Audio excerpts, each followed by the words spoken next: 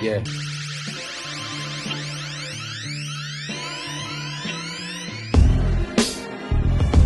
All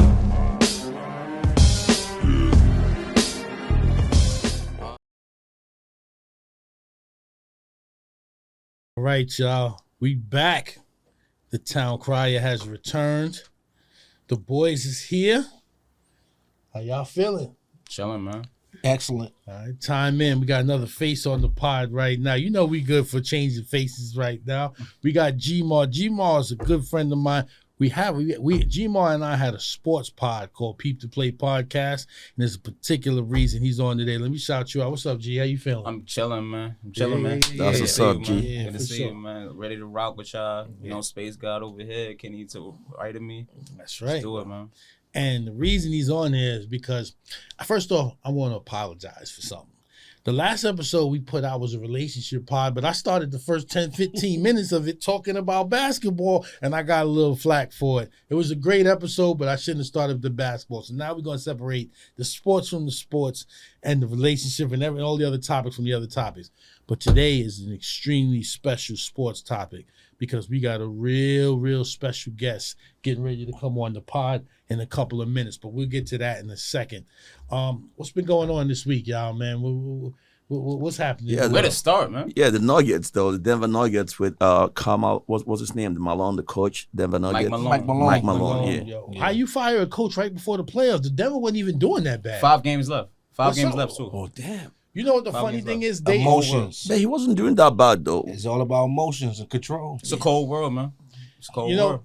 they were saying they almost wanted to get rid of him before, but they would hate for to get on and he actually have success. And if they win and they still want to get rid of him and it look bad, they figure they just get rid of him before the playoffs. But I don't know. Even Memphis did something like that, right? Yeah, Taylor Jenkins a week before. Yeah. But what is that saying? You in the West, 2 to 3 games separate each other from like the places and whatnot. So standings is everything, and home court advantage is everything too. So what is you saying to your fans or whatnot for a title run? You know what I'm saying? But why is the West It's always the the owners. wildest? The owners is giving the players too much power. That's true. Yeah. True. Because only the players can get the coaches fired like that. Yeah. And other players are teaching other players how to get coaches fired right now. I'm hearing rumblings about like the ownership and whatnot. They want to play the younger players and the draft and the draftees and whatnot. Like rookies want to get minutes. They wanted them to give more minutes instead of Russell Westbrook. There's like rumblings out there that they didn't want to get minutes. There's a whole lot to it. It's a lot of politics. All right, listen. We definitely about to get into that in a minute. Yeah. I'm about to introduce family. Just make sure he's ready. KK, what's up, man? What you think is going on with this coaching thing, man? Yeah, it's crazy. I came across an article today, something about Steve Kerr. He was saying something about like most of the teams are owned by billionaires right now. So like you were saying, so there's so much power right now. Even if he has like few years left on the contract, it doesn't matter. You see what I'm saying? And because they're owned by billionaires, it's not the same sentiments. It's not really. It's like it's just kind of different. Yeah, something like that. I like the parody though right now. I mean, you know, you got your usual suspects, some old usual suspects in the mix. The Lakers is in the mix. The Celtics is in the mix. But then you got your young guns in there, the OKCs and the Houstons and Cleveland. We gonna talk about who's real and who's not. Don't count out the Knicks. Yeah, Absolutely. yeah. They lurking. They lurking, man. Knicks is definitely in the fold, but we got somebody real official on the pod. Listen, ladies and gentlemen, town criers, I want to introduce you to our special guest for the night. Harlem stand up for one of your brightest stars. He's a 16-year veteran sports anchor. He's covered the college national championship. He's covered the Super Bowl. You know, most recently, he was just given a huge honor of being an NBA awards voter.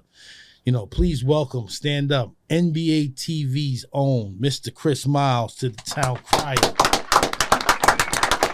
Yeah, baby. What's going on, Chris? Where you at, man? In Atlanta, man. I mean, today was a significant day at work. It was the last day of regular season for the Inside the NBA. I know it's been such a long run for the crew, but, you know, we share the same studio. So it's the last time, man, the last dance for us on Turner Sports and to have the Inside the NBA guys with us. Yeah. So what, you get the whole summer off like the NBA do? You get to go, you know, you go in south of France and all of that stuff? What's going on? So that's a misnomer, man. Here's what happens. The regular season ends. Then we got the playoffs. Then you got the draft, right? Mm-hmm. And then you got Summer League, which is big for us.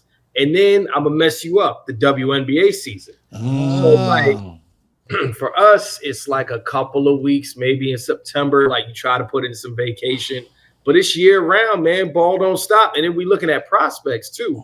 So you got to think, man. The whole time we in it to win it. That's right.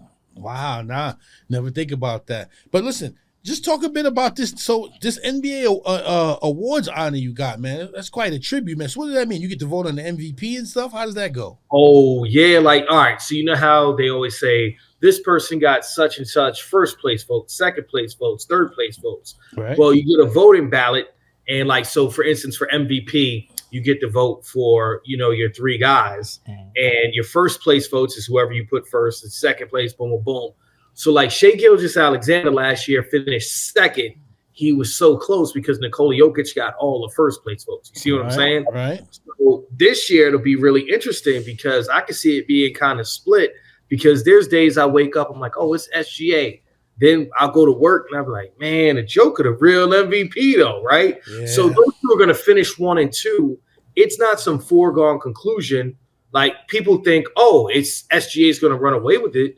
You don't know how people are going to vote, right? You just don't know how people are going to feel that morning. So I think it's going to be really interesting.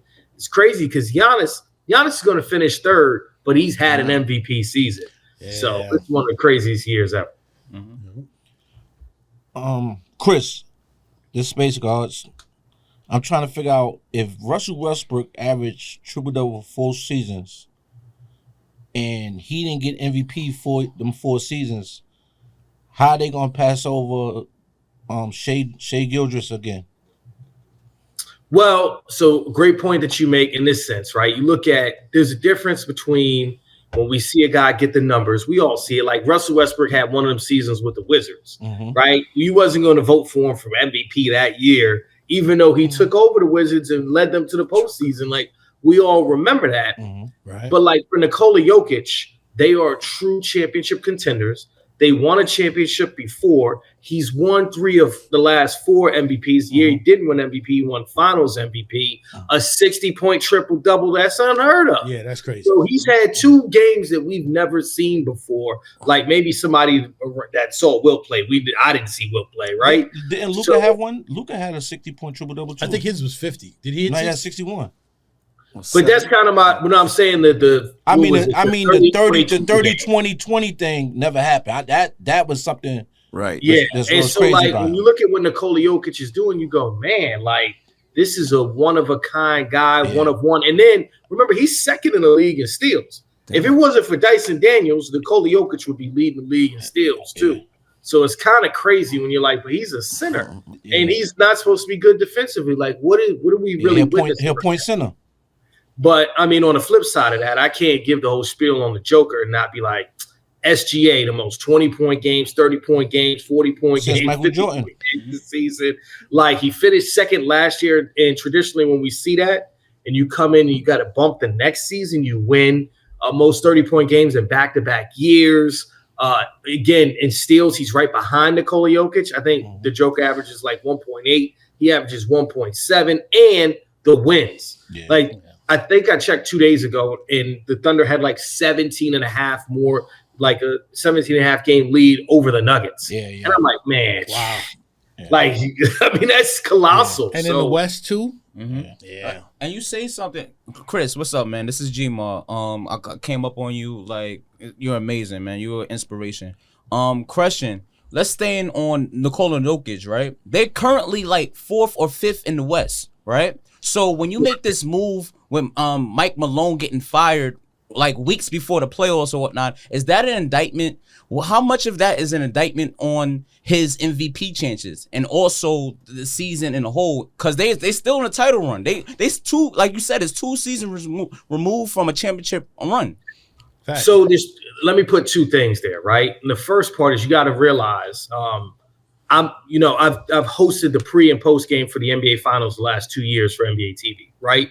So I was there when they won the last one, and it's hard to put in words. Like when you talk to people and you hear rumblings and you think something's a weak rumor. Like the year they won the championship, they wanted to fire Michael Malone.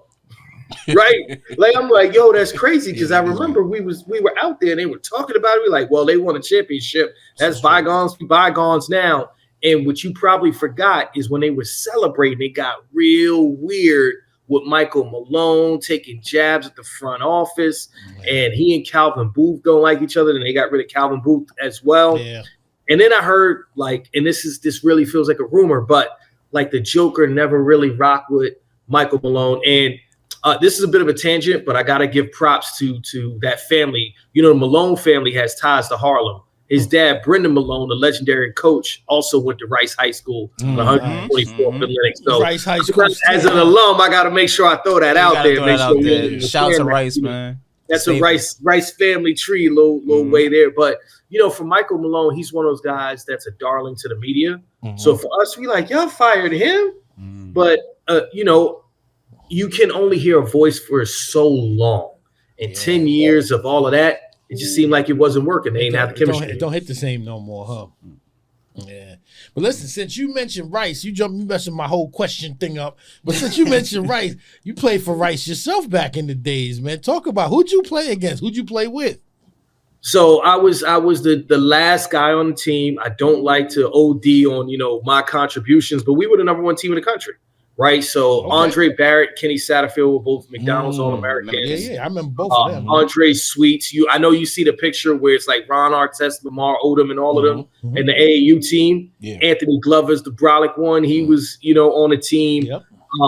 Kyle Cuff, my man, Big Rad, his son played at Syracuse this last year. Also went to Kansas, so his son is like, you know, super senior in college. So I mean, we were squadded up, and when you looked at, I think Max Preps put something out of like the top 10 high school basketball teams that would have won a March Madness game. Like they listed us on there.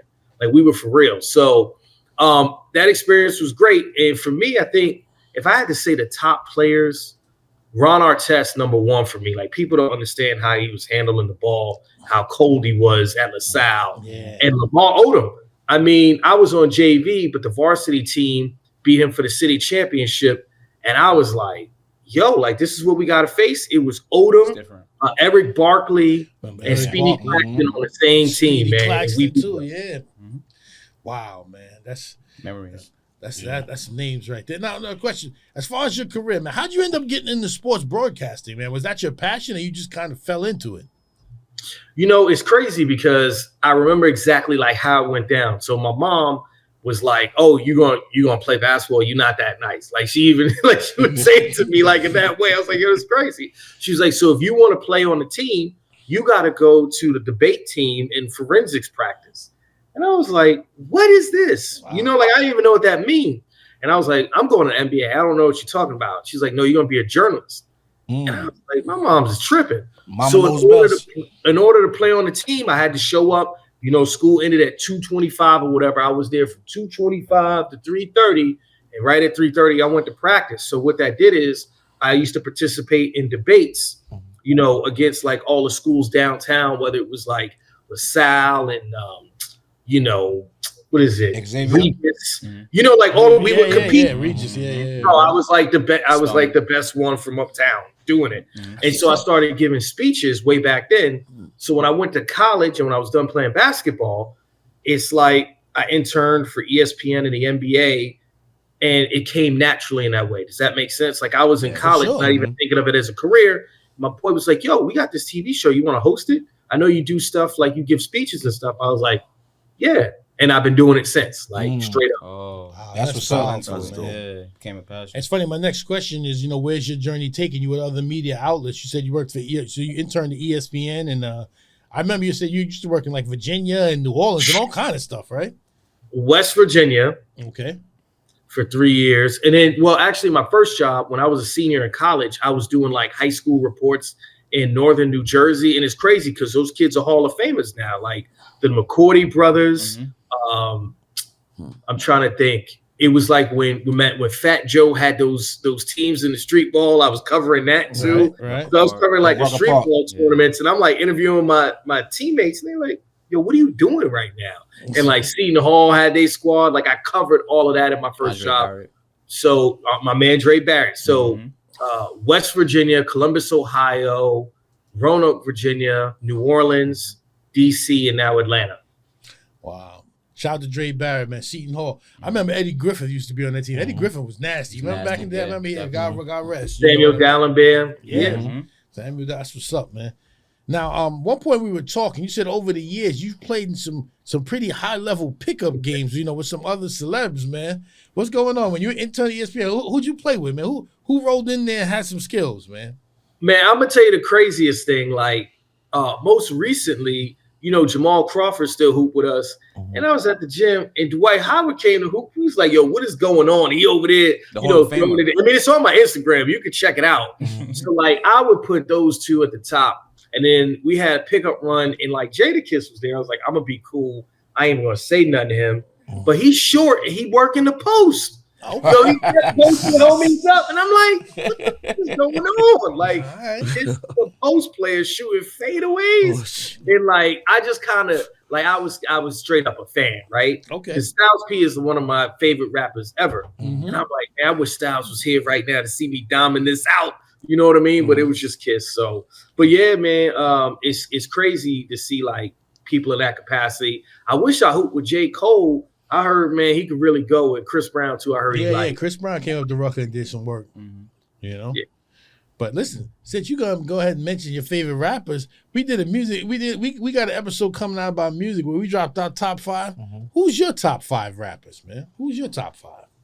Oh, this is controversial because I just made a new addition to 5, and I'm like, I got to do 5 A, B, and C, right? So first and foremost, right, being Jamaican and being named Christopher Wallace is number 1. Okay. Like, no argument there. Because also understanding like how rap sounded when he came out. Like I was listening every day, and then it was this guy. And I'm like, yo, no, but what is going on? Like, this is a whole new music. And then Hov for me is too, because like, obviously the longevity of his career took the torch. And then like every trip, every place I went, I found his music inspirational. He's held me down for all these years. So that's 1, 2, Nas, 3 for me. And this is where it starts to get tough. He's right up there with mine. Yep. Because, people don't understand this. And this sounds crazy to people that are like not from New York, but Pac used to be around the block, bro. Yeah. Like I saw Pac on 139th and 7th at the fish spot, and like he gave me $5 to sign an autograph. I'm like, who is this? We didn't really know who he was, and I'm like, and when all the East Coast, West Coast stuff came, I was like, how is he a West Coast rapper? Be filming his movies at A. Philip Randolph. And he outside talking to us. They say he's from Walton in the Bronx or something like that. Wasn't he from Walton? I'm trying to tell, like, I used to see him and we didn't really know who he was. You know what I mean? And it was right in front of Big L's building. Wow. So, like, I can't, like, all the crazy stuff that happened. I know he's not lyrically. That's why they had him in Juice. But, like, yo, Pac. And then 5 now for me is a controversial one. I've had a hard time with this. I'm trying to bring this up to people. But I got Kung Fu Kenny, K-Dot, Kendrick Lamar, like he's my favorite. Like this dude is amazing. Like, and the thing that's crazy is maybe it's because I'm older, like how deep he is. I'm like, yo, this guy is just amazingly talented. So that's my 5. I open up the 5th spot to other people like Christopher Rios, you know what I'm saying? Rest in peace, Big Pun. Like there's a lot. Big L, Big obviously. Pun was on my list, yeah. I was a little critical of Kendrick the other day. We're gonna get into that later, but listen, what do you critical? I just haven't heard enough of hit. I don't know. It was the halftime show. You his debate skills real quick. Oh yeah. It's the halftime show. We're gonna get into that, but listen, I want to make sure everybody get a chance to speak. Kay, what's up? You got any questions? Yeah, Chris. I got a question for you, my favorite Chris. Nigerian right here. He looked like Secret Service right now. I got a question for you, Chris. By the way, welcome to the show. And I want to know what you think about global NBA going global, and secondly, the impact. What you think about the impact of foreign players in the NBA, like the Joker. You spoke about him a while ago, and Giannis as well. And then what you think it brings to the NBA at large and futuristically. Yeah, well, you're talking to the right person, right? In this sense, I've had the NBA Global Academy games for the past couple of years. For those that don't know what that is, right? Like Josh Giddey comes from the NBA Global Academy. Kalman Malawat has been, the kid from Duke. He's been playing against grown men for the last 5 years. And I've watched, the NBA has developed global academies, Latin America, Africa. Right. There's 2 more, right? But the NBA Global Academy in Africa, you look at their roster, there's like one guy is 6'4", 220, and everybody else is like 6'8". And they're not going to miss the talent anymore. And props to Masai Ujiri, all the work he's been doing out there, and seeing kids that I went to college at Fairfield, so Luau Deng was there, and Deng Guy were there, and I got to know them, and it was like they had to be found. And now, there's enough resources where the NBA understands how much it's a global game and how much they don't want to miss out on talent. And the commissioner just announced the partnership with FIBA, right, to try to figure out how to make the most of the NBA expanding into Europe. So this is something, when they looked at expanding teams, they were also looking at Mexico City as a potential new NBA team. I mean, it's so far, so it's kind of difficult to do that, but they play games there every year. And I don't know if you guys have been to Europe in these little weird towns, everybody's got a Bulls jersey on. It was freaking me out. And because a lot of my work is on the NBA app, I'm chilling I'm at a pool in Spain. I'm chilling I'm good. Where in Spain though? Where in Spain? I've been to a couple of cities in Spain. What is the name of it? It's small, Sevilla. Oh, I was in Sevilla. And I'm at the pool. That's what I'm saying. I'm in no big time spot. And dudes were like, hey, aren't you? And I was like, yo, what? Yeah. It threw me off because I'm thinking I'm chill. No, I got recognized more in Sevilla, Spain than I do anywhere in the United States of America. And I was like, this is crazy. This is crazy. That's interesting. Yeah, I'm going to ask you again. We're not going to talk about the impact of global athletes in the NBA without talking about your top 5 foreign NBA players of all time. All time. All time. Yeah, that's put me on the spot. So all right, the dreams got to be there. That's almost impossible, right? He wants you to go Oscar Schmidt. I'm gonna be funny about it first because I don't know if you know this about me. I'm the original member of the Giannis fan club. Okay, so I didn't know that. Dell Demps is his name. Dell Demps was the general manager of the New Orleans Pelicans, and he called me up that draft. How everybody's like, oh, no one knew about Giannis.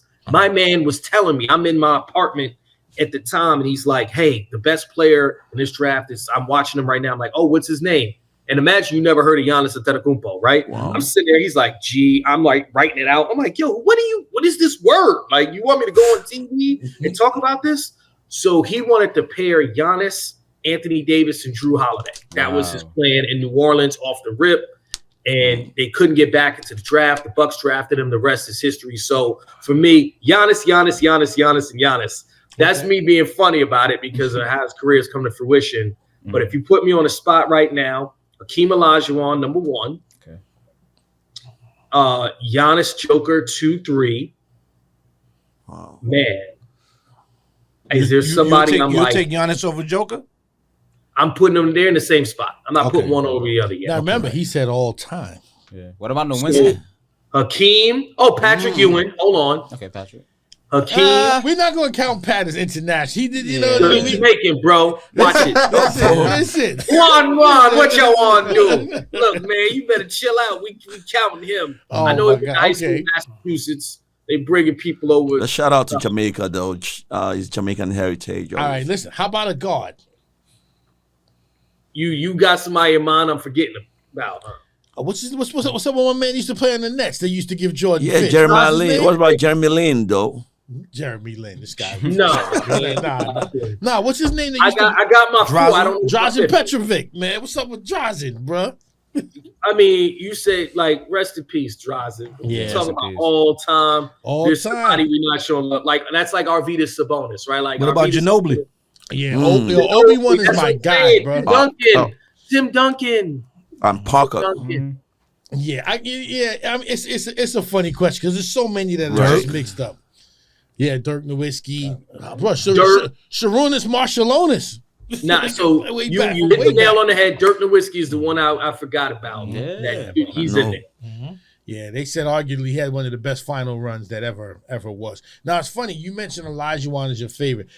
I had a dude at my job that said the wildest thing to me, bro. He said that Olajuwon has nothing on Jokic. Like Jokic would kill him. And I almost cried when he said that. Yo, bro, you do not know what in the world you talk about. Olajuwon the best center I ever seen, but it brings I'm gonna mess you up with that when you said that. I love Nikola Jokic. Mm-hmm. He's better than Joel Embiid, but when Joel Embiid got right, he barbecue fried my guy. Mm-hmm. You know what I'm saying? Hakeem Olajuwon, remember what he was doing to Shaq? Yeah. Man, listen. Shaq, David Robinson, Ewing, you name them. Kobe and them went to Olajuwon school. They literally paid to learn how to post move. But it brings up a question. Now, there's an argument that's saying NBA players today compared to NBA players of the past. Some say that the older generation could not hang with today's players. What do you got to say about that? Hey, man, try playing. You see, you and I are just old enough to know what it was like trying to play in them Converse or them old sneakers and the dusty floors with no grip. Look, I still hoop now. I couldn't go to the courts that I played on back then or the street and try to hoop. And a more physical game. Yeah. So, look, that's a misnomer. The NBA is physical now. People just the wrong angle. What I do with people, I'm like, you know what? You say that, come sit courtside with me. You will change your mind. You watch these big monsters run into each other, your neck would hurt. Like, so what I'm saying is Dr. J would destroy these dudes in this era, but Giannis would go in that era and destroy those dudes. That's true. Now, if you could give those guys the nutrition and all of the benefits that they have now, protein shakes, you know what I mean? Like, they would be better. And like, think about it. Larry Bird didn't grow up practicing 3-pointers. Like, it's not something he practiced. It's just something he ended up doing when he got to the NBA. So, like, imagine if Larry Bird grew up practicing 3-pointers. 500 threes a day, yeah. But the players seemed tougher back in the days, though, because they played more games. And the rules lend itself to it. Because, you can hand check all right. Boom. They played more games. You know why? Because they weren't running as fast, jumping as high into each other. You know what I mean? Like, it's so much on their bodies. And I always say for people that like what you just did is like, I get it. Go be around some NBA players. Go watch a G League game. These dudes that can't make it to the NBA, you see how athletic they are and how strong they are. And then you see after the game, they're like, oh, man, because it's just like football. There's a lot more that's going into their bodies and messing up their joints and their knees and their wrist and this and that. So, like, now the doctors are like, nah, man, if you do this for another week, like, you're going to blow your ACL. And so, like, that's something you got to take into account. Like, yes, those guys played more, but they also had shorter careers. And they also weren't having the same high level impact near the rim. You're right about shorter careers because they max out at 32, 33 and their career was over. Yeah, looking like they played 13 years in NBA and it'd be over. These guys playing 16, 17 years and still playing at a high level. So you got a point there. Speaking on that same token, right? Like the crash courses that you take on an 82-game season on a night-to-night basis, right? So younger, like they play AAU, they play relentlessly. They play sometimes 2-3 games all in one day, right? So and the NAL is in play. Now kids are getting paid earlier.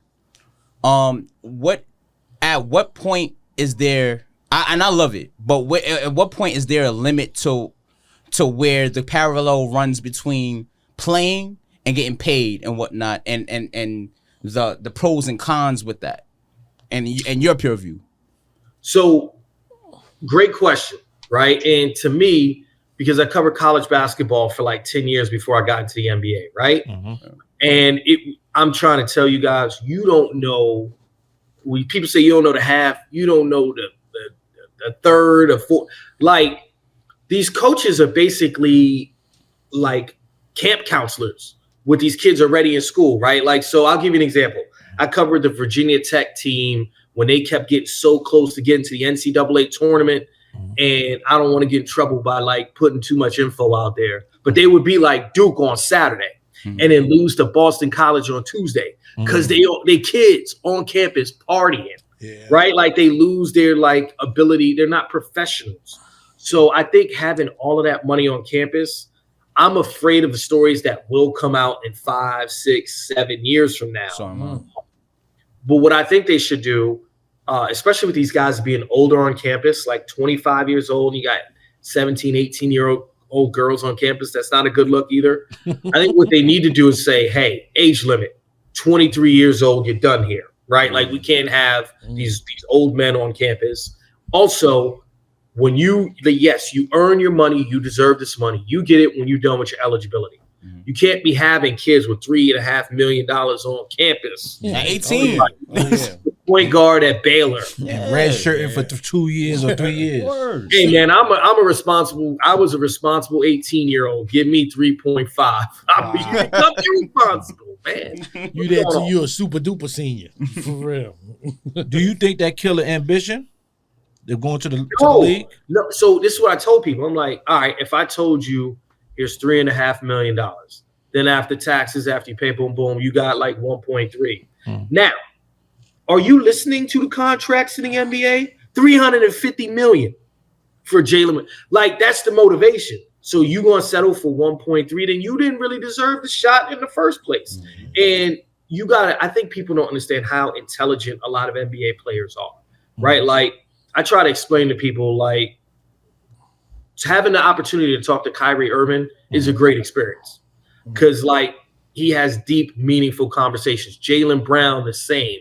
Like, I think sometimes people see like, oh, this guy did this crazy thing, but all right, have the opportunity to talk to them about their business or what they're working on or how they're helping communities or their families. You kind of go, oh man, there's a lot of responsibility on their shoulders.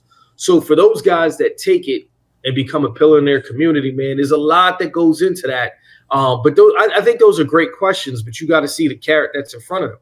Like, yeah, okay, you got, like Darren Peterson, for instance, is in high school and AJ Devanza, and they got Adidas commercials and, 1.8 to go to a high school. But then you go, hold on, now you're going to get $8 million to go to college. But when you get to the NBA, you're going to get 40. Then you get your next contract, you get 150. You want to keep elevating and getting those things. So you said you get to talk to a lot of people. You ever get a chance to talk to JoJo, man? What's up with MJ these days, man? You don't hear too much. You ever get a chance to talk to MJ? I don't want to say anything controversial about him on the pod, man. But like, I haven't talked to him personally, but I talked to people who, played with him, know him, and those sort of things. And I don't typically hear the best stories. No, I hear you. That's all right. I got a better question, actually. So let me ask you this. This is for those kids trying to aspire into being an NBA player. How hard is it to really make the league? What's your message to those kids that put all their eggs in that basket?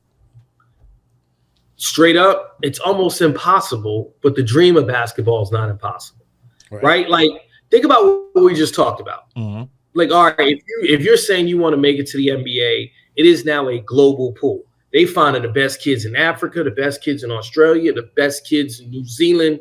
They are finding the best international crop of players and bringing them to these teams, right? So that's what you're competing against. You're not just competing against the best Americans. However, if you are a hooper, you love basketball, well, now it's not only just a free education, but you can make money in college. So by the time you're 4 or 5 years done with college, before you go into the workforce, or before you go play overseas, right? Or before you go to the G League, you could have made enough money that changed your life and your family's life. Be set up for life by the time you're 22 or 23 years old. So like when I talk to younger kids, that stuff doesn't resonate yet with a lot of them. Like I talked to kids at Sam Mitchell's camp last summer, and I was like explaining to them, like, you guys all have a chance. All of you in here, right? And you're all from South Carolina. Like, you all can make it, but you don't have to make it to the NBA to make it.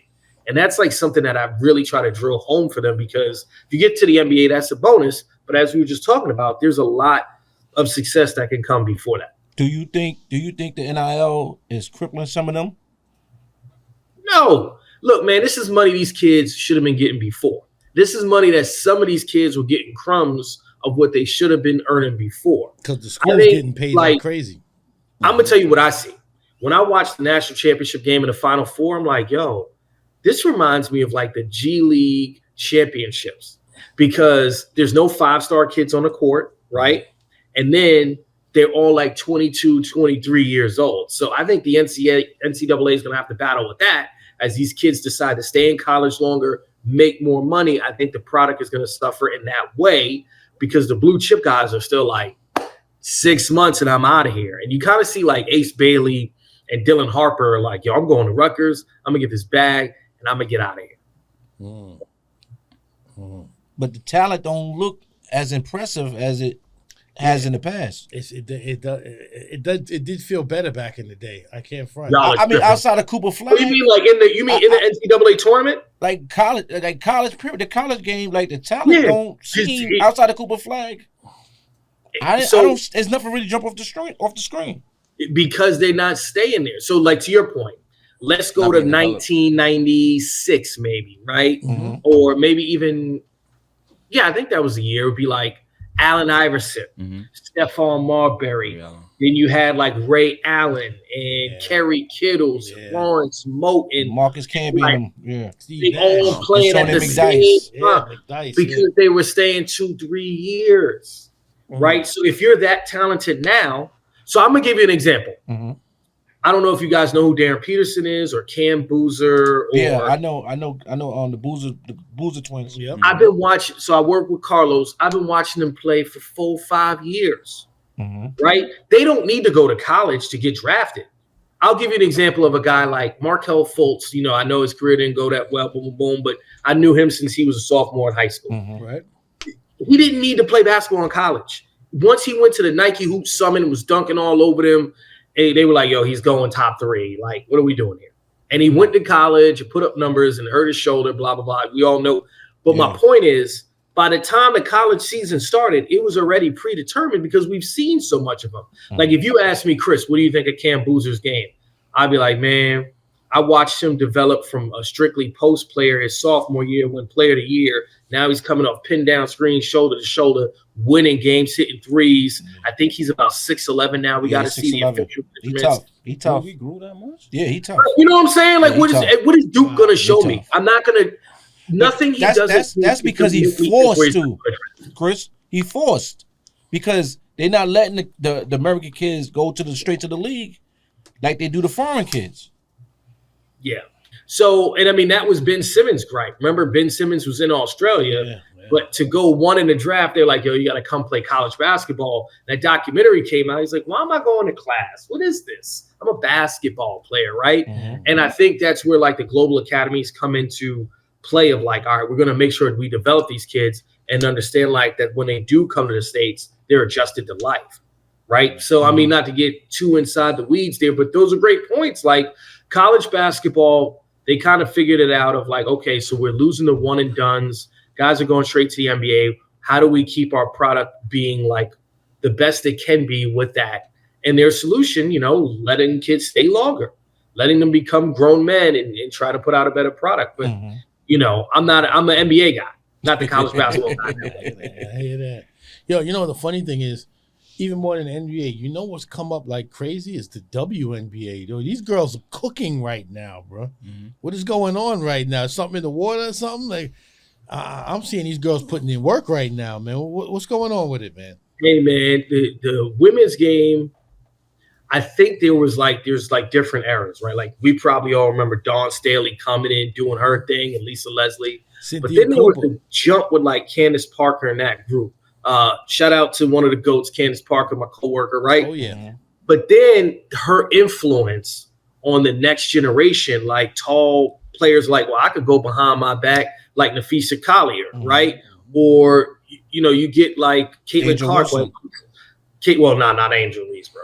No, I say Asia Wilson. Oh, yeah, like Asia Wilson is like, I'm going to be a center. I'm 6'4", I'm going to kill you inside. I'm going to make every shot. Like, but imagine the difference between, let's say, the generation before Candace. All right, you're a woman and you hooping. Mm-hmm. What's your future? People are like, what are you doing out here, right? Yeah. Now, if a girl's coming up and she's 8, 9, 10 years old and she wants to be a professional athlete, what other sport are they going to offer you millions of dollars in college? What other sport are they going to say you can become a pro and have commercials and endorsement deals? It's basketball. So I think that's a big part of it. It's getting all of the best athletes are funneling towards basketball on the women's side. The only other possibility I would say soccer, women's soccer. Or tennis too. That's about it. That's all, but you're right. But the bag ain't the same. So that's kind of thing. Like, you go to the top, sure, like Venus and Serena, but like after that, tennis is tough to get that bag. Yeah, it is. And you know what's so crazy, Chris? You alluded to a point with with grabbing the girls in the game. I coached girls basketball for a little bit, but Slaughta could attest to this, and Tara as well. We went to Rucker Park, and that's the beauty of still being in the city. You could touch like different prominent amateur leagues like New York versus New York, Rucker Park, West Fork, what have you, right? But basically they have Slam here. So every summer, it's a tough ticket to get it. It's free, but the toughness about it is that the lines are wrapped around the corner, right? And then all these 10 to 14-year-olds know who Angel Reese is when she was in high school. They know Juju Watkins. They know Paige Beckers. They know Kiki Rice and whatnot. Mm-hmm. So it's like that influence in itself, that's influencing the generation too, because they know who these players are at an earlier age. And social media is a big advent on that. If you could touch on that piece. Yeah, I mean, to your point, I'm trying to get my daughter, she's a lefty, and, you know, I got videos of her where she's 8 months old, and Candace Parker, like, you learn how to shoot, girl, right? Like, I want her to grow up like, yo, my dad really had me with them, right? And to, like, program that in her brain. So we sitting there, she want to watch unicorns on YouTube. I was like, yo, let me show you this girl your age doing dribbling drills. Like, before, you know what I'm saying? Like, when I was 5 years old, it wasn't like, yo, you could watch a 5-year-old girl doing crossovers. My daughter was like, yo, hold on. So when and I saw it in her face, I take her to her basketball camp, and she's like, I need to be making these shots. Like, these dudes ain't, and it's boys in there. Hey, she looking at them like, you ain't better than me. Like, my daddy's a basketball player. Wow. And she hitting shots, and she's trying to shoot on a 10-foot rim. She just turned 5 because she sees it. She doesn't know any different, right? Like, she sees it. She thinks she's supposed to just be able to do it.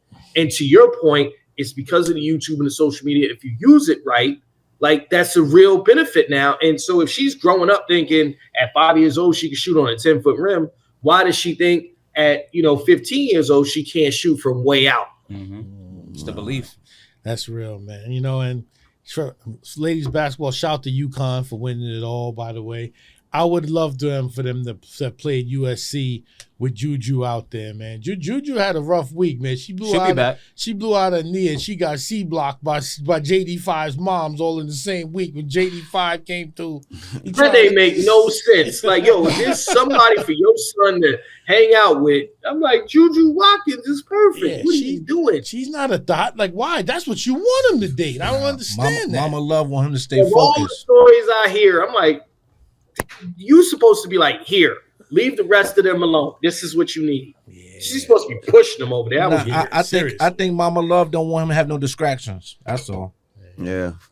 I don't know, man. Mom Love need to chill. But anyway, we ain't gonna talk about that. Before we get to the next topic, make sure y'all like and subscribe to the Town Crier. We doing this for real. We got real people on here. Space God's YouTube channel, GMar Peep to Play podcast. We got a lot going on now. Let's do this playoff preview, man. Let's break this down real quick, man. Who's going where? Who's for real? What's up with these new teams? See, my man Space God said the Thunder, the Rockets, Cleveland, they professional folders, bro. They professionals at it, man. What you think about it, Chris? Pretenders. Yeah. Hey, man, I'm going to put you on to something. Okay. And I try to tell people things. And sometimes, like when I would tell people about Giannis, they'd be like, sure, you're right. The first time I saw my man Church, hey, man, Thompson, I walked into the gym at Overtime Elite because it's right around the corner from our station. And I'm like, is this Penny Hardaway? Like, what is going on here? That kid hasn't even scratched the surface. The kid from Houston, right? He's special. Man Thompson. This is what I'm saying. Like, I'm like, they have him, and Ime Udoka you guys, like, you got to understand something.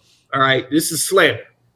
There's a reason why the Boston Celtics, after MA got there, did this, and then the controversy, and they won the championship with his group and his blueprint. Now, don't misinterpret. That's true.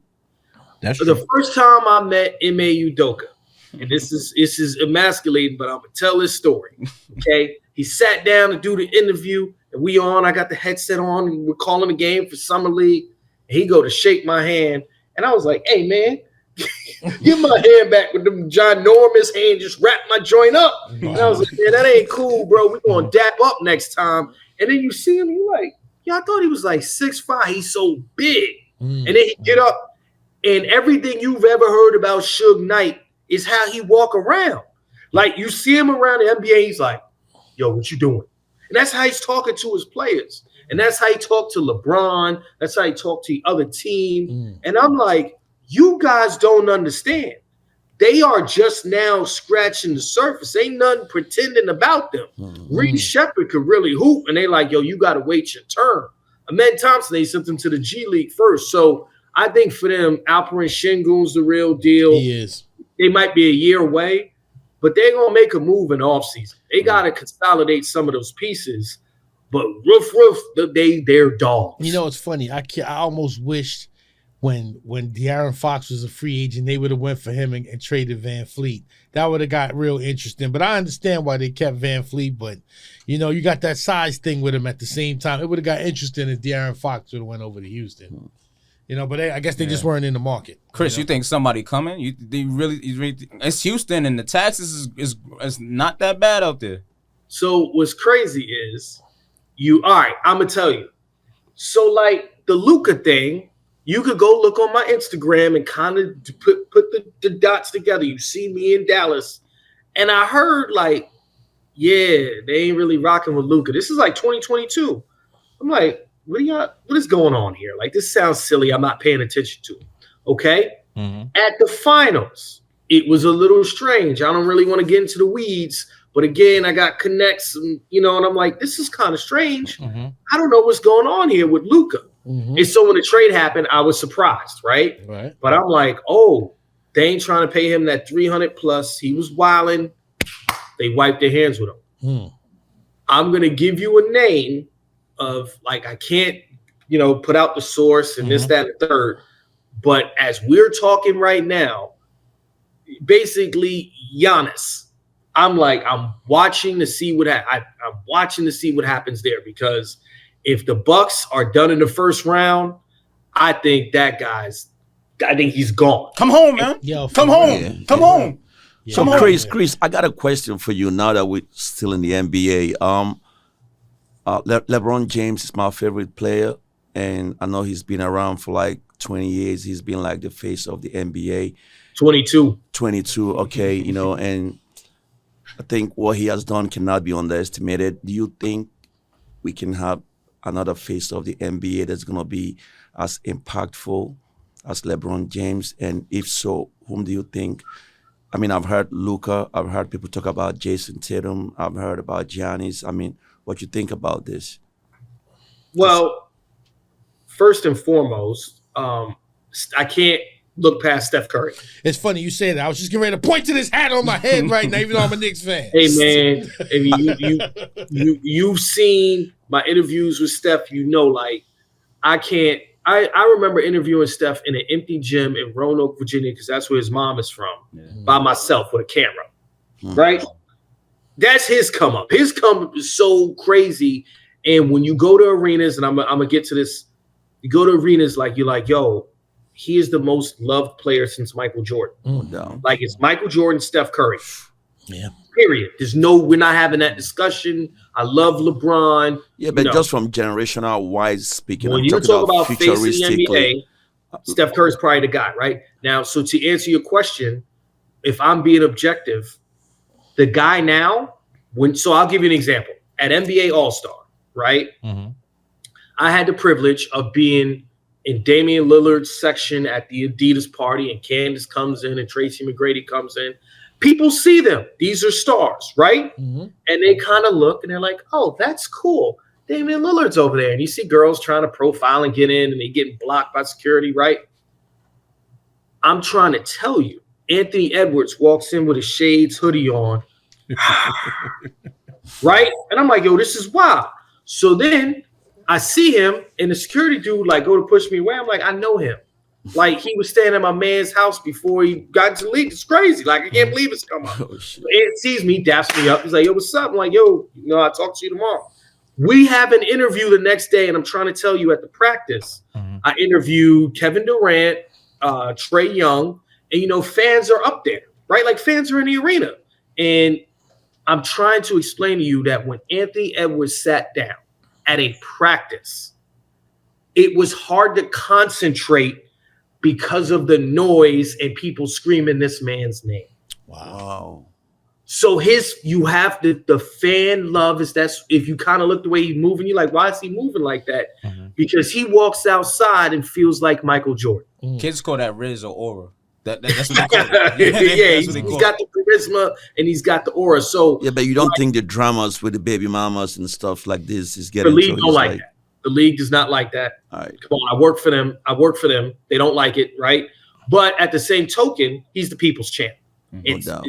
And John Morant had that before him. Right. And it's kind of interesting because from a work perspective, they're trying to push Cooper Flag in that way that Caitlin Clark has been for the WNBA. Like Caitlin Clark is the wave. The numbers are there. Like people watch, they tuned in, they want to see her. The jerseys are. Cooper Flag's game is not as exciting as that. Right. So like when people hear about him, they go look and they like, okay. Like if you go see clips of Anthony Edwards in college and then go look at clips of Cooper Flag, you're like, oh, I didn't know Ant-Man was doing that. What you see in the NBA is what Anthony Edwards was doing.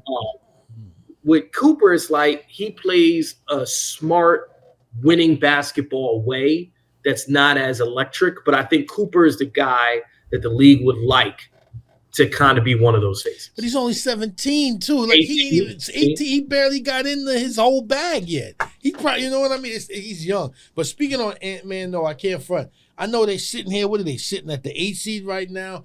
I don't think they going out like that. I personally don't. I think it's not going to be sweet in the West like that. This is going to be a real playoff, bro. I don't think they got enough. 5 through 8 had identical records, right? So, like, in the East, we look at the 8th seed, you're like, oh, y'all down there. Yeah. In the West, the 8th seed is like one game off the Lakers at the 3rd. It's about to win 50 games, almost 50 games. Yeah, that's true. You know what I mean? Like, you say 8th seed, and I'm like, that ain't the 8th seed like we're thinking. That's like you look at them as a 3 or 4 seed, and you remember what Ant-Man was telling dudes last year? If he played the Lakers, he'd be like, you old, you slow. Like, I don't think this is the Wolves' year yet, to your point. I think the Towns trade set them back a step. Yeah. It made it like It definitely set them back. Guys, right? Like you look at the young guys like Terrence Shannon or Rob Dillingham or Naz Reid. Those are Ant-Man's guys. So I think you got to let that cook in a pot a little bit more and add something to it. So the West is crazy because with all the madness that happened with the Nuggets, like I look at them as like if Jamal Murray's healthy, it's them. Like that's how I see it. Jamal Murray? He's got to be healthy. If he's not healthy, the Joker can't carry him to a championship by himself. But Jamal Murray's got to be on the floor, and he's got to be Jamal Murray. Murray will start dropping. I don't think the Nuggets could beat the Clippers, even with Jamal Murray healthy. That's what's so crazy about the West. You say that, and you're not jumping off sides. Because my man Ty Lue is, man, you guys don't understand. You talk about the charisma. There's no coach. There's no coach in the NBA that has the respect and adulation of the players like Ty Lue. I can't even tell you his nickname. I wish I could. Maybe off the record. Maybe when this is done, I'll tell you his name. Listen, I'm telling you, when Kawhi Leonard is healthy, he played back-to-back games. I'm just saying, in general, and nobody's talking about him. As far as all-time players, I got him up there pretty high. When he's healthy, how high? Dangerous man. I like defensively. I mean, 50 greatest. Oh yeah, for sure. He's there for sure. Yeah, like that's, he's up there. I mean, I don't know how high I want to go, but. That's a dangerous man on both. Like as far as both sides of the court, I don't know too many better. Like offensively and defensively balanced. I don't know too many better. You know, like your man, they said the Rons, the Pippins, but he's better than Pippen offensively. It's only one guy I seen Like Kobe, give him though. problems, and he wear number 77. What, Luke? Send the Clippers home every time. Yeah, he do get to cooking them. Well, let's talk about another California team. You wearing that hat, right? Yeah, what's up with Golden State? What's bro? their ceiling? What's their ceiling for you? They don't have any bigs, man. Yeah. Like they did it before without it. When you get to the playoffs, you gotta have size, and like here's the thing when I say that, and like it really hit me. Like you see the measurements on a piece of paper, and you think, oh, 6'9", 6'11", whatever. When the Denver Nuggets played the Miami Heat in the finals, and I'm sitting there and I saw Nikola Jokic and Bam Adebayo like together. I don't know how it looked on TV, but I was like, he can't guard him. He can't get what is going on, man? It's like if a guy 6'5" was like, I'm gonna put you on a post on an 8-foot rim. I'm 6'1". I'm like, yo, I'm cooked. He's just gonna turn yang, right? Abuse. It's a wrap. Yeah. So like I look at the Warriors. I'm like, you gonna go with the post? I don't even know Quentin Post or whatever. Yeah. That guy. Like there's no Jimmy Butler and Draymond are really good, but I'm like, if the Warriors came out of the West, Steph Curry is taking another leap. Yeah. Like Steph Curry's top 15 all time at the worst. Yeah. If they somehow win this year with this team, with the way the NBA, the Western Conference is stacked, like there's no conversation like he's top 10 at worst. He transcended basketball. Even more than LeBron. I mean, LeBron didn't, as great as LeBron is, he didn't change it. Steph changed how the game is played. All the kids want to shoot threes. Like it's how the but it kind of ruined the game too. Yeah. Because everybody can't shoot that. Yeah, exactly. You got everybody jacking them threes. Exactly. That kind of ruined the game as well. So I always say this to people because I have to watch the NBA every night, right? And so like last night I hosted Crunch Time. I don't know if you guys know what that is. That's like we have Red Zone for the NBA. Yeah, I watch it. I'll be watching it. Mm-hmm. And I don't know if you saw the end of the Bulls game with the Miami Heat with position it. But Tyler Hero stole the ball. They down by 4 with like 20 seconds to go. Had a layup, pulled up for 3 and missed. And I was sitting there like, what is going on right now? That's crazy conversation though. That's crazy. I see this all the time. I think there's going to be a pendulum swing back. And I'm going to tell you what happens. And this goes, the women's game leads the men's game a lot. And if you watch UConn win the championship, they were like, oh, you're not going to we going inside. We're going inside. We're working out. And if you kind of look at the champions the last like 8 or 9 years, you go outside, take Steph Curry, put him here because he's Steph Curry. Mm-hmm. Yeah, teams are shooting threes, but they have size, right? Like even the Celtics, when they finally won, they were like 7-3, we bringing you in, right? Yeah. Kristaps Porzingis, like you don't play down low, but you 7-3. When you out on the court, it looks crazy, right? So I think, especially on the defensive end, like, and that's what Oklahoma City went and did that. They were like, why did we lose? All right, Hartenstein bigger, Chet healthy. Back, all right, Caruso, big guard on the defensive side. I don't know if they even got enough, but they went and got bigger. Yeah. So, no, listen.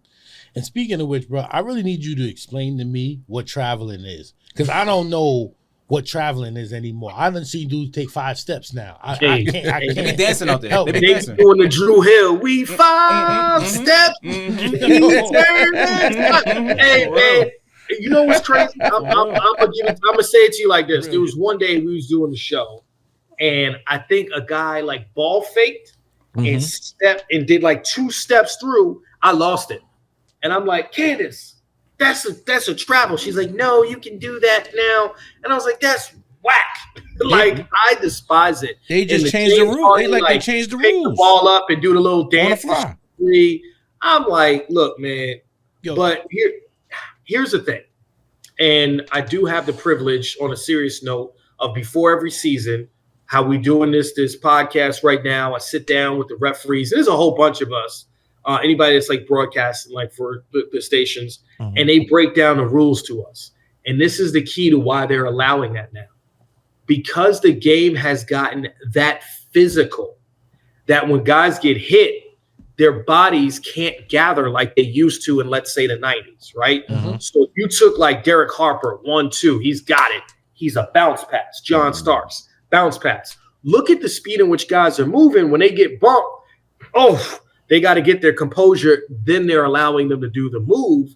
And that's just because the game has evolved so much. So you take a guy like Jordan Clarkson, who's weak but super fast. He runs into a brick wall like Scotty Barnes.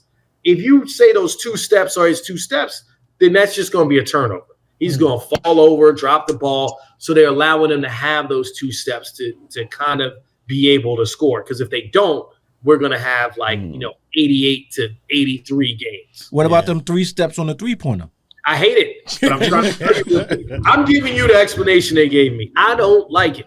I mean, I'm like, if you dribble and you pick it up, there you go. And like, they pick it up and then they hop back again and then shoot. That's crazy. But that's an adjustment from the other rule. And that's all that happened is they're like, we could do this, then we can do that. And it's like, here we go.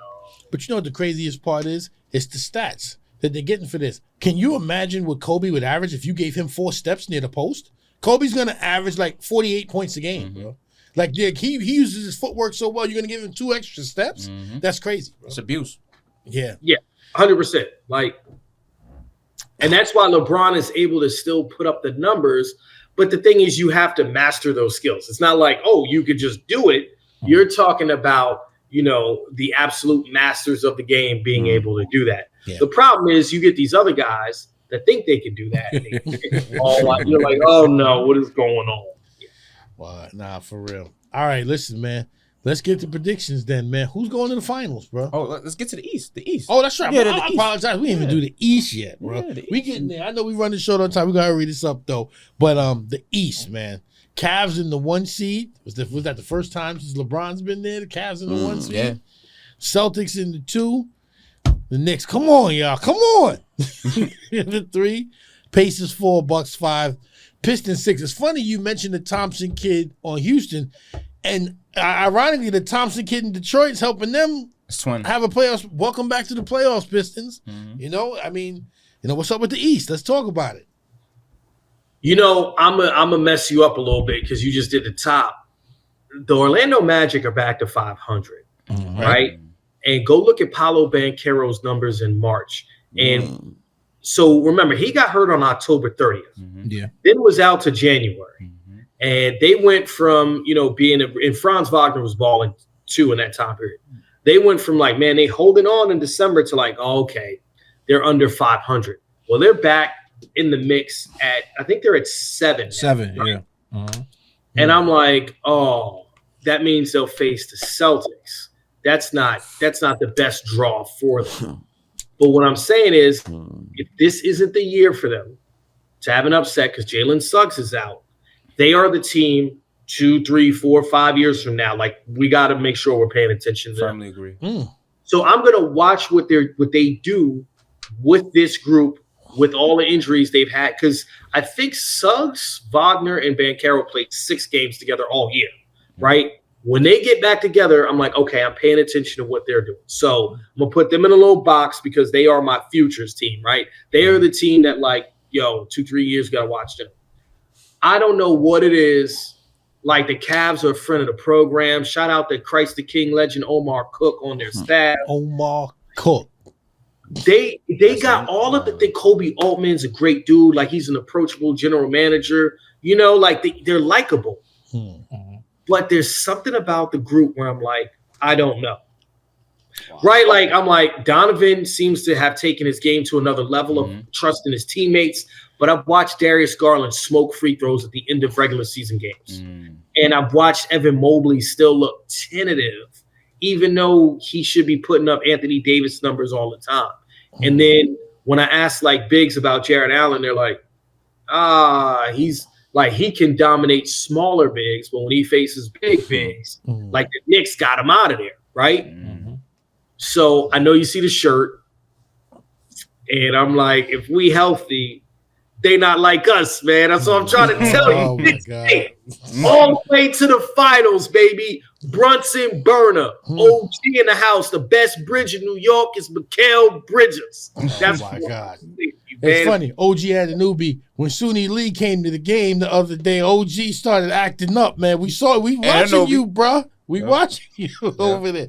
But it's funny. It's weird. When you mentioned Omar Cook, you flashback me to a Rucker game I was at. It was him, Richie Parker, and this dude named Circus on the team at the same time. You remember Richie Parker?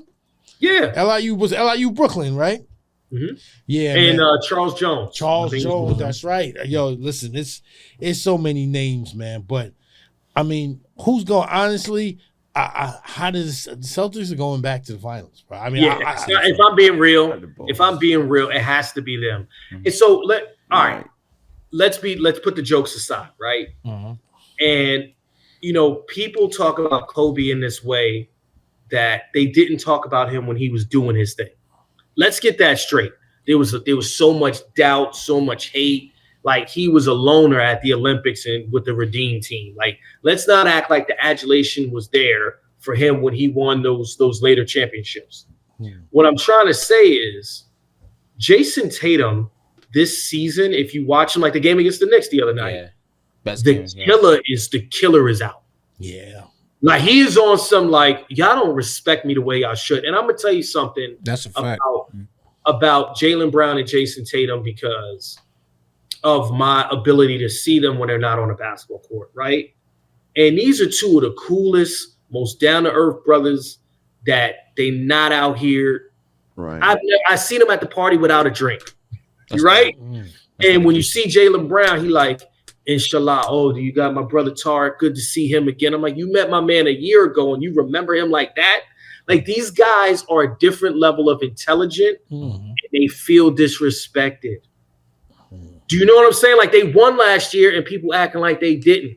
Their victory tour was like mired by like, the Olympics and his Tatumness and Brown's off of it. And they're like, yo, we just, like, y'all not respecting us? Like, I'm the finals MVP, and you taking my teammate and putting them on a joint. I'm trying to say, like, these guys are out for blood. And, if they're healthy, it's them. It's them. Not just going, but winning. Oh, yeah. And because we haven't had a back-to-back champion in 6 years. It's the longest drought in NBA history. Wow. It's going to be 7 years. It's like, it's hard to explain to people. I don't know if you guys have watched Jason Tatum interviews, right? But, like, first of all, he's taller than you realize. Like, he's 6'10", legit. Like, he's like, he looks like KD when you see him in a room. You're like, like, you way up there, right? But his demeanor is like super, like, I just want to play basketball. I'm doing these other things because it's part of it. But I want to play basketball and go hide from everybody. And, like, that's a different level, man. Like, I try to explain that to people. There's certain guys that are just like that. It's not about the money. Like Kevin Durant, it's not about the money. Jason Tatum, it's not about the money. It's about, this is my culture, and I'm here to crack your head open. Why you think they'd never make him the face of the NBA? Well, so what I say to people is the league would love him to be the face of the NBA. The people don't choose him because he's quiet. Yeah. Man, Tatum is, if you have a team and you're the owner, Jason Tatum's your favorite. He don't want it. He doesn't want to stir the pot. Like, if you're the owner, you're like, Anthony Edwards, what'd you do today? Zion, leave Mariah alone. Leave her alone, Zion. Like, that's great. It's like you're sweating, like, yo, what's going on? Even Luka, you're like, man, I'm not writing another check. This guy needs to chill out with his extracurriculars. With Tatum, you go, this is my good kid. A+ student, always punctual, no misconduct in class.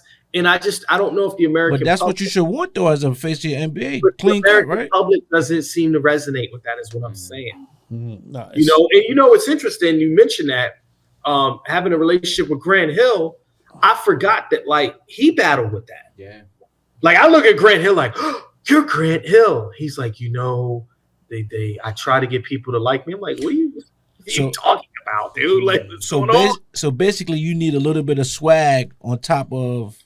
We remember Allen charisma. Iverson, don't we? Edge. Oh, yeah. Edge. Yeah, but Chris, sorry to cut you off again. I read a few articles talking about that, like, the NBA is looking to grow overseas, and you need a player who can attract, who's got like some international clout, something like this, Right. something outside the shores of the United States. Like I said again, the NBA, a lot of the future of the NBA is going to be very much global. The global impact is going to be crazy. So yeah. So you think is that why? Because I heard when Giannis had an impact to be the face of the league as well as Luka, because of they are very much universal. You understand what I'm saying? Like they are globally. I understand. What's crazy when I hear you say that? I think back to a moment before Kobe passed when I realized, like, wait, who is this guy? And it was his retirement press conference, right? Mm-hmm. And I think we all know Kobe the kind of way I'm talking about Jason Tatum, stoic. I'm a killer. Mm-hmm. I'm Kobe Bryant, right? Like that's how we think of him. Mm-hmm. Man, the Italian media and the Spanish media started asking him questions. And this dude had, and I'm like, I don't know what he's talking about right now, but he's speaking Italian and he's like a comedian. He was like Tracy Morgan. Mm-hmm. And the NBA just ate that up, right? It was like, oh, yes, like this is our guy. I think that like connection, to your point, is what Luka brings because he speaks Spanish, right? So for all the Latin American countries, like whenever we have a Luka presser, after a playoff game, he's speaking 2, 3, 4 languages. Wow. You know what I mean? Yeah. Like we're American. We're not even looking into that. Mm-hmm. But if you go to Madrid, you go to Barcelona, then what are they playing? You're going to see Luka on. He's representing the NBA. He's not representing the Los Angeles Lakers. He's representing the NBA. So they looking for a clean cut rock star. They looking for one on every team. And here's the thing. Some guys get it. I'll give you an example. Like, you ever see how we got guys mic'd up at practice and like at All-Star? Mm-hmm. Donovan Mitchell gets it. Donovan Mitchell wants so bad to like make sure he's in that group, and it's like he does every little thing. He does the interviews with us, does the mic'd up at All-Star. They have him show up to things like he's in it to win it. But he always been in a small market, though. I think the problem for the league, but see, that's what works for the NFL. You don't say Aaron Rodgers was in a small market, when they basically played at a high school football field, or Pat Mahomes I don't know which state is Kansas City in. Is it in Kansas?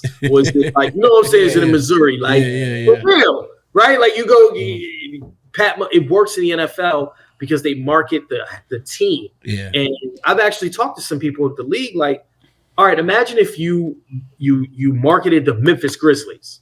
Like, you love the Memphis Grizzlies, and John Morant happens to be great. Well, he can move, and the Memphis Grizzlies would still be a draw. So I think that is like a balance that the league needs to find more of, especially as one star ain't winning you a championship anymore. Those days are done. Yeah. Listen, before there's one more of the international superstars we didn't talk about. It's Mr. Victor Wembanyama. We didn't talk about what is his ceiling in your opinion? I think he's the first player that has come in since LeBron, and I'm like, all right, healthy, he could be in the GOAT conversation. Wow. Right? I mean, not that he's there now, but like, and he's also not healthy this season. Yeah. But he's the first player that when he stepped on the court, first of all, his first summer league game, okay? You know how you hear someone's tall? Yeah. But like, I'll give you an example. Allen Iverson is like an inch shorter than me. But when you see him, he got the long, crazy arms. Mm-hmm. And like, yeah, we're the same height, but we ain't the same. Or I'll give you another one. Charles Barkley is only 6'4". Mm-hmm. And Charles is my man. Mm-hmm. He's 3 inches taller than me, but when he hugs me, his arm is down my leg. And I'm like, yo, this is crazy. How big of a human, like his shoulders, his back. Like, people don't really understand. It's different. Like, the height is one thing. Brady is the first, like, 7-foot dude where I'm like, that's not a human. Like, I really was, like, he's standing, walk past Kareem Abdul-Jabbar, looking at him like he's short. Wow. Like, you know what I mean? Yeah. And you know how, like, they stand in the tunnels. So I had the video on my phone. They're in the tunnel. I'm looking. I'm like, Kai Jones is 7 feet tall. Mm-hmm. Wemby's standing over him like he a little kid. And when he stretched his arms, I'm like, he's at the top of the thing. Not like at the top of the ceiling, but like above that where the fans are, and fans start touching his hands. And I'm like, no, what am I? This is before he played in his first summer league game. I'm like, what am I seeing right now? So you saying The Martian. you saying the Muggsy Bogues Victor Wembanyama picture just looks crazy? I don't even remember seeing that. Like, okay, it was at our hotel where the Britney Spears thing happened. Mhm. And I'm like, I don't know if you guys know, Britney Spears pinched this dude's butt and accused him of something, or a security guard, and then they had footage. She was like, get her out of here. What? Yeah, I remember that. Yeah, you go look it up. That's But my crazy. point is, I'm like, that must have been wild to see, because I was at the hotel and like I did not see her at any point. She's 5'2". Like how she looked running up on this dude. Like it's a different thing. Like his fingers, his arms, and the way he plays, he can handle. He worked with Jamal Crawford on his handles. He could shoot the three. His instincts for him, if he's healthy, he's gonna like have the blocks record. Yeah. The threes by a guy that tall. Like and San Antonio they know what they're doing. Mm-hmm. They're like, all right, we got Castle, we got Fox, you got 2 All-Stars or future All-Stars at guard. And To they go might with be, and they Embiid. might be getting Cooper Flag. Let them get Malawak or something in the draft. I'm surprised they didn't keep the 8th pick this past year and get Zach Edey or Donovan Clingan, because that would have been scary. I wanted Edie to go to the Knicks, but listen, and Memphis came off with him. But listen, before we leave the East, 2 things. One, why is Philadelphia so disgusting? Like seriously, they're Joel, just disgusting, bro. So I as don't the know city if you know or the that. team? No, The team. not the team, not the city. Yeah, Respect. shout out Philly. Respect All right, for so the here's the thing. team. Here's the thing. I've never liked Joel Embiid. And it's because of how much I love basketball. When I was told he doesn't lift weights, he's not a good teammate. And this is when he was killing people. Mm. And I'm like, it was the Raptors playoff game that we had on our air, and he like hurt his wrist or something. He hit like a big shot, and he took like 2 hours to come out, and he was whiny and mopey. I'm like, man, my JV coach would have been like, pick your head up. You don't talk like that in front of your teammates or other people. Like, do you know what I'm saying? Like everything about him, it permeates the organization. I think as soon as they get rid of that dead weight, I love Tyrese Maxey. I like Jared McCain on the court. Mm. The other stuff, y'all can talk about if y'all want to. But Jared McCain's super hooper. And if they don't give that pick to, I believe it's going to OKC, if it's 6, 7, or 8, like they could land a really good player. I mean, I'm very high on VJ Edgecombe, but like Philly, I think they have Joel Embiid's identity. And before that, they had Ben Simmons and Joel Embiid's identity. It's just been bad for a while. Paul George too. Look, I don't know what those are the 2 outside of Bradley Beal. Those are the 2 worst contracts in the NBA. I don't know what. I still don't understand. Shout out to the Clippers and how they just handle their business all quiet about it. Like, Yeah. go ahead. We got something going over here. We gonna go and get Bogdanovich, who's gonna be better than you, randomly coming off the bench. Like, we're good. Listen, as far as the rest of the East, I figured out what's the problem with the Brooklyn Nets. What's the problem with the Brooklyn Nets? It was a marketing mistake. The biggest problem with the Brooklyn Nets is he named them the Brooklyn Nets. He should have called them the New York Nets, because they could never be New York team because they specified a borough. Uptown is not shouting Brooklyn. Yeah. Bronx? Queens isn't. Staten Island, Bronx, nobody. That I think it's the wildest subliminal marketing mistake ever. Because go ahead. Let me tell you how you hit the nail on the head with that. When Jay-Z said what he said, locked in like Bishop Lockland, I'm like, we beat them. I ain't messing with you, Get out my top 5. I still got it in my head because that was the Brooklyn team we had to beat.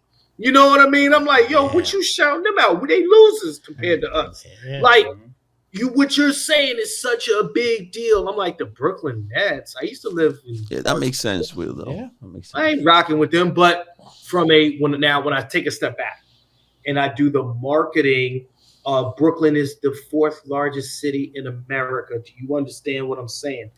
Brooklyn. So there's enough people in Brooklyn and theoretically Queens to represent that. But like the New York Mets, they're not the Queens Mets.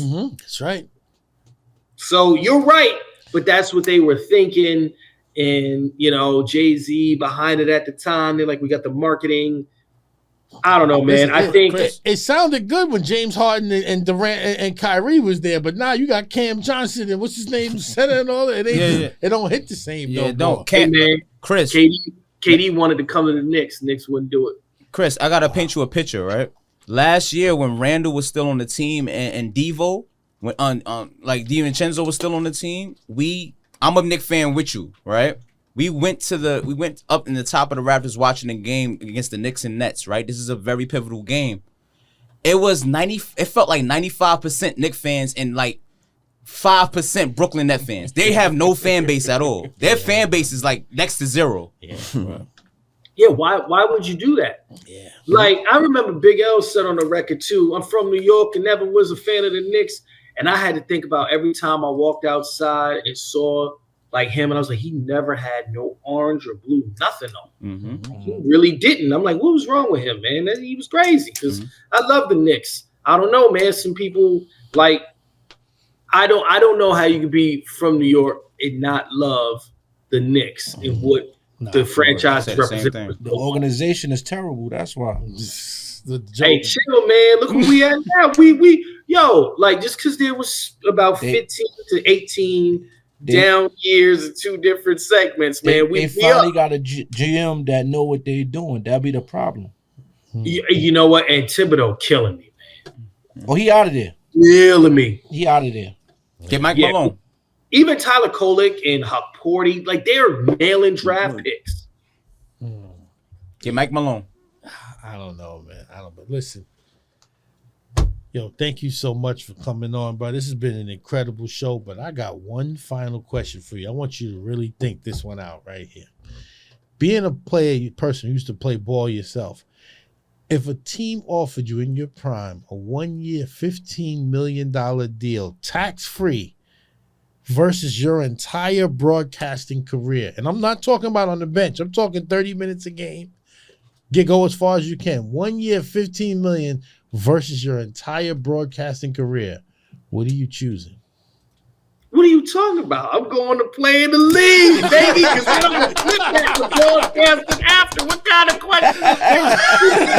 $15 million. Hey, man, your broadcasting can wait. I will do the podcast after and be like, hey, you guys know what happened my 1 year in the league when I was cooking them and I made my 15 M's. I'll be out there with the Sebastian Telfair glasses. That's the realest answer I ever heard, bro, for real. I was originally going to be $10 million with tax. I'm like, I got to make him an offer he can't refuse, really.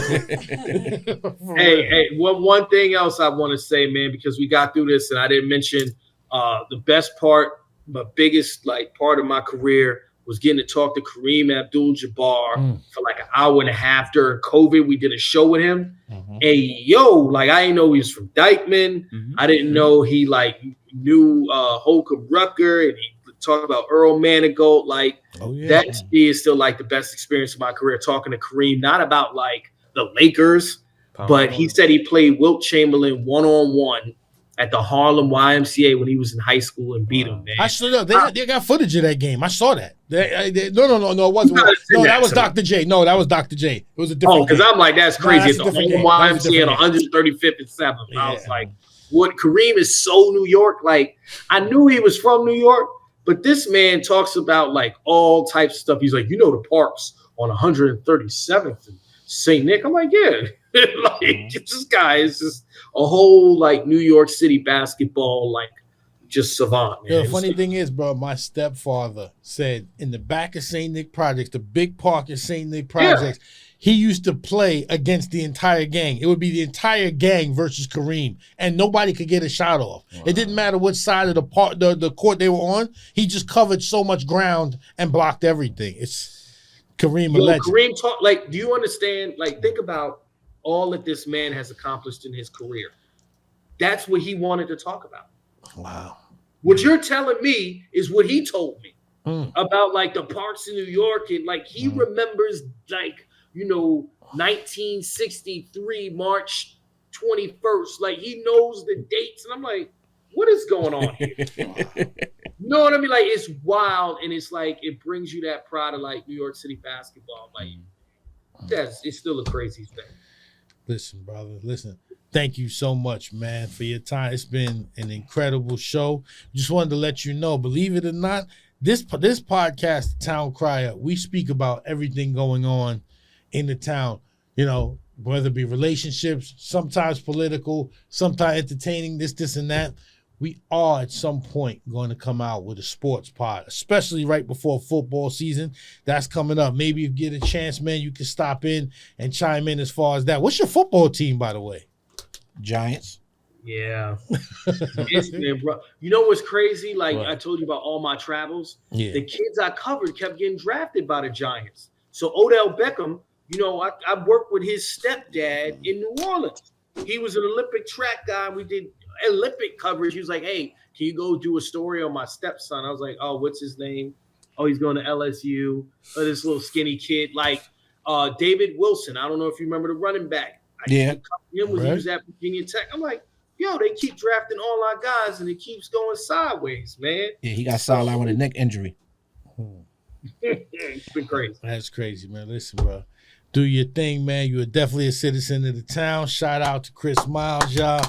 All right, Chris. That's what's up, Chris. We love you, brother. All right, y'all. Appreciate you. Man. Have a great one. Hope the Honor, fam's pleasure, good. Be cool, bro. Look, take some time just to meditate. Listen while I educate. I've been busy bridging the gap, so we let's separate. Silence in the syndicate. Close, but we don't get it yet. Traders to the state. I'm Xing out on the middlemen. Hyped up off adrenaline, watching as things transpire. Calling out the lies, feeling like the town crier. Who's the main antagonist and who's the outlier? They could try to hide them, but I'm here to outline them. Flaws, they ain't bulletproof. You know I'll find them. I was born looking for the truth. Knowledge is in my root. Wildin' like Bandicoot. Haters be a fan of Q. Treat them all like Hannibal. Spreading like a point of view.